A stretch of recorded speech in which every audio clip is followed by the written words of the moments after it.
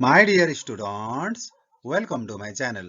Today I am going to talk about a new lesson, that is Mending Wall, a poem by American writer Robert Frost, which you have to study under optional English of grade 12 according to new course. Let's get started with the lesson.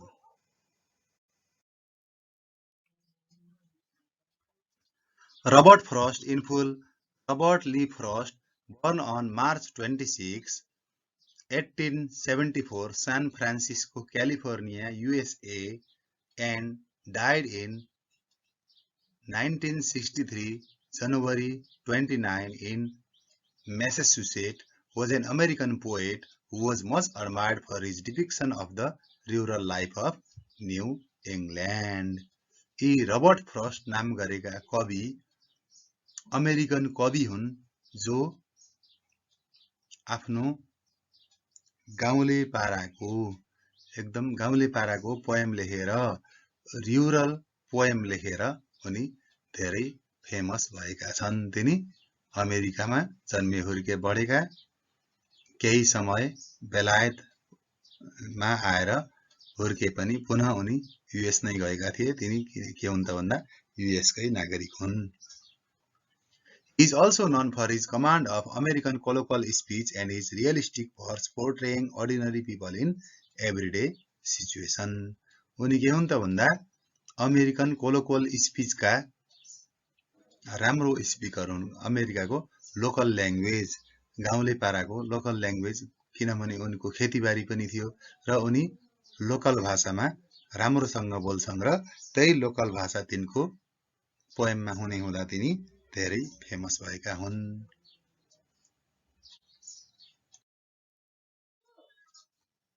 The poem Mending Wall was written by great American poet Robert Frost, is a stimulating and interesting poem about human boundaries or limitations and their benefit in the society.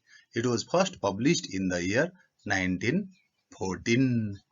यो poem मेन्डिङ wall भन्ने poem कसले लेखेको त भन्दा great American poet Robert फ्रस्टले लेखेका हुन् र तिनको पोएम के छ त भन्दा एकदम इन्ट्रेस्टिङ खालको र एकदम स्टिमुलेटिङ खालको, अरूलाई प्रेरित गर्ने खालको, उत्साहित गर्ने खालको पोएम छ। यो पोएममा के छ भने ह्युमन बाउन्ड्रिज अर लिमिटेसन, मानवका सीमितताहरू, त्यो सीमाहरूको बारेमा वर्णन गरिएको छ। यसमा मेन्डिङ वाल भनेर के बताउन खोजिएको छ त भन्दा पर्खाल देखाइएको छ। यो दुईटा नेबरहरूको, छिमेकीहरूको बीचमा एउटा पर्खाल देखाइएको छ र त्यो पर्खाल भत्किन थालेको अवस्थाको पर्खाललाई बेला बेलामा मर्मत गरिरहेको देखाइएको छ, किनभने पर्खाल राख्नु फाइदाजनक कुरा हो भनेर तिनको छिमेकीले भनेको कुरा देखाइएको छ। The poem revolves around the story of two neighbors who come across each other in spring every year to mend the stone wall that separates their farm. र यो पोएमले के देखाउँछ त भन्दा दुईजना छिमेकीहरूको बीचमा रहेको जुन पर्खाल छ नि, त्यो पर्खाललाई प्रत्येक वर्ष के गर्छन् त भन्दा मर्मत गर्न आउँछन् दुईटा छिमेकी र त्यसको इम्पोर्टेन्स देखाउनुको साथै यो मर्मत गर्न आउँछन् भन्ने कुरा देखाउन खोजिएको छ। The poem demonstrates how good fences create good neighbors and how people can preserve their long-lasting relation with neighbors by founding such walls.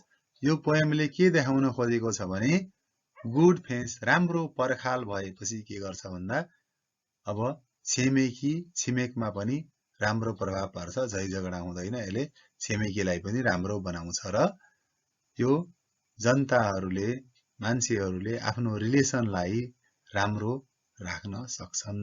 आफ्नो जुन सम्बन्ध छ नि छिमेकीसँगको सम्बन्ध, बीचमा वाल पर्खाल केही पनि भएन भने मेरो सीमा यतासम्म, मेरो सीमा यतासम्म भनेर जुन सीमा विवाद हुने गर्छ नि, त्यसबाट बचिन्छ। त्यही कारणले यस्ता वालहरू इम्पोर्टेन्ट हुन्छन्। वाललाई इम्पोर्टेन्ट मानिएको छ, भित्ता अर्थात् यो पर्खाललाई। It has gained massive popularity due to its publication across the globe because of its simple yet thoughtful subject. यसले एकदम म्यासिभ पपुलारिटी भनेको धेरै पपुलारिटी पायो। यो पोएम एकदम प्रसिद्ध भयो किनभने उसको यो पोएम जताततै पब्लिस गरिएको थियो र यो पोएम कस त एकदम सिम्पल भाषामा छ तर एकदम गहिरो सोचाइ पनि यसको सब्जेक्टमा छ। यसको सब्जेक्ट के छ त भन्दा अलि डिपली थिंकिङ गर्ने खालको छ अनि सिम्पल पनि छ। त्यसै हुनाले यो पोएम धेरै चल्यो। The poem focuses on the activity of mending a wall that the speaker and his neighbor make every year during spring. अब यो पोएमले के फोकस गरेको छ भने अब स्पिकर र तिनका छिमेकी दुईटै मिलेर प्रत्येक वर्षको स्प्रिङ सिजनमा त्यो वाललाई त्यो पर्खाललाई मर्मत गर्न छिमेकीहरू आएका छन् र मर्मत गर्दैछन् भन्ने कुरा यो पोएममा देखाइएको छ। The speaker of the poem senses that there is no need for any boundary as neither of them has anything treasurable to keep in lawns. They have just trees in their farms. यो पोएमको स्पिकरले के भन्छन् त भन्दा यो boundary छ नि जुन पर्खालको त्यो पर्खालको बाउन्ड्री आवश्यक छैन किनभने कुनै पनि ट्रेजरेबल कुराहरू तिनीहरूको लनमा तिनीहरूको बगैँचा अर्थात चौर जे भनौं अथवा फार्म भनौं तिनीहरूको एरियामा कुनै पनि त्यस्तो इम्पोर्टेन्ट चीज छैन जसलाई लुकाउनु परोस्। त्यो हुनाले त्यो बाउन्ड्री आवश्यक छैन भनेर स्पिकरले भन्छन् किनभने त्यो त्यहाँ के छन् त रुखहरू मात्रै छन् त्यो एरियामा। According to the poet, mending the wall is an unreasonable activity. अनि पोएटले के भन्छन् भने यो वाललाई मर्मत गरिरहनु आवश्यक कुरा होइन, अनावश्यक कुरा हो। He then also sees the falling of stone from the wall and says that even nature is not in favor of this fence between the farm. अनि त्यसपछि जब त्यो पर्खाल बनाउँदैछन् नि पर्खाल बनाउँछन् पर्खालमा राखेको ढुङ्गाहरू झर्दै जान्छ। त्यो एक्टिभिटीले के देखाउँछ भने नेचरले पनि प्रकृतिले पनि यो पर्खाल मन पराएको छैन किनभने यसमा पर्खालमा ढुङ्गा भत्केर सधैँ जहिले पनि बनाउनु परेको छ। त्यसैले पोएटले यो पर्खालको त्यति उपयोगिता देखाएका छैनन्।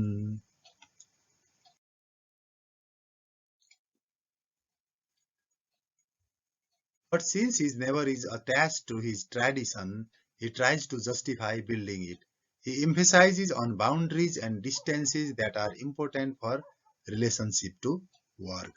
तर राइटरले त्यो बाउन्ड्रीको त्यति आवश्यकता नसम्झे पनि तिनको छिमेकीले के गर्छन् त भन्दा यो बाउन्ड्री एकदमै महत्त्वपूर्ण छ, यो ट्रेडिसन हो, पहिलेदेखि राखिराखेको बाउन्ड्री हो, यसलाई हटाउनु हुन्न, यसलाई राखिराख्न पर्छ भन्ने कुरा तर्कसहित प्रस्तुत गर्छन्। यो छिमेकीले के भन्छन् त भन्दा यो बाउन्ड्री आवश्यक छ।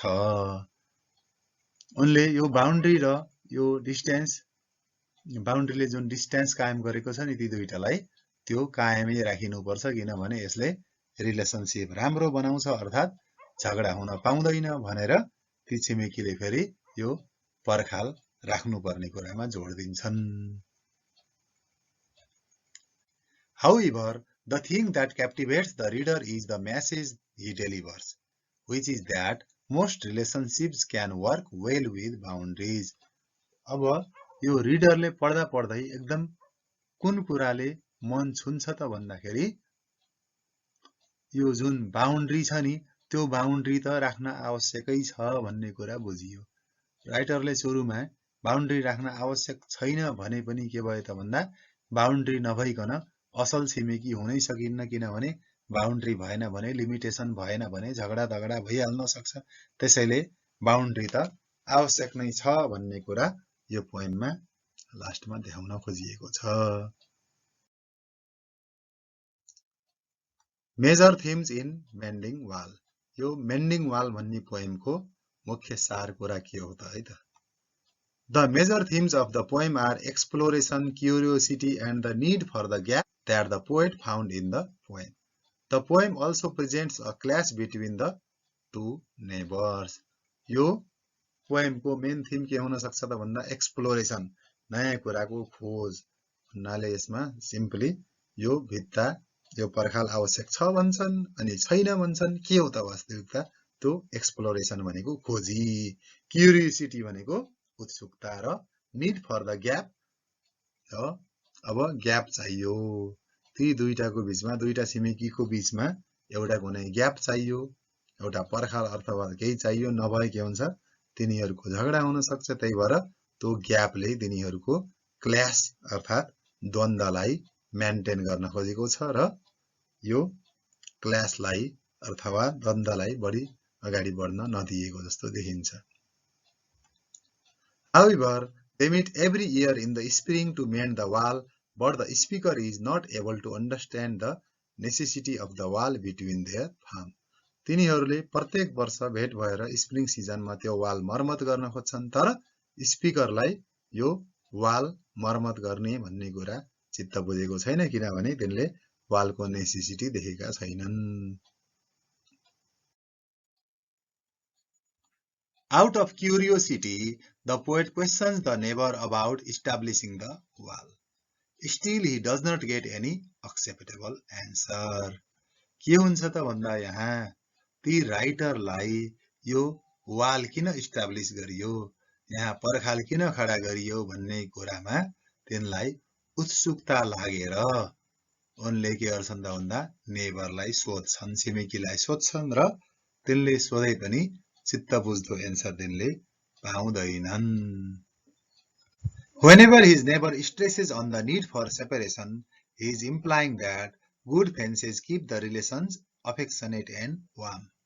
जब जब ती छिमेकीले केमा स्ट्रेस गर्छन् त भन्दा सेपरेसनमा, यो भित्ता पर्खाल राख्नुपर्छ बीचमा र यो पर्खाल भएको एकदम राम्रो हो भन्दा तिनले के भन्न खोजिरहेका छन् त भन्दा यो जुन बीचमा पर्खाल छ नि, जुन फेन्स छ नि, त्यसले के गर्छ त भन्दा हाम्रो रिलेसनशिपलाई राम्रो राख्छ, अर्थात् छिमेकीको रिलेसनशिपलाई राम्रो राख्नको लागि तिनीहरूको बीचमा पर्खाल अथवा कुनै लिमिटेसन हुन आवश्यक छ, किनकि यदि कुनै लिमिटेसन भएन भने यताको उता जाला, उताको यता आउला, उसले यो मेरो हो भन्ला, उसले यो मेरो हो भन्ला, अनि के हुन्छ त त्यहाँ द्वन्द्व सिर्जना हुन सक्छ, त्यहाँ कन्फ्लिक्ट हुन सक्छ।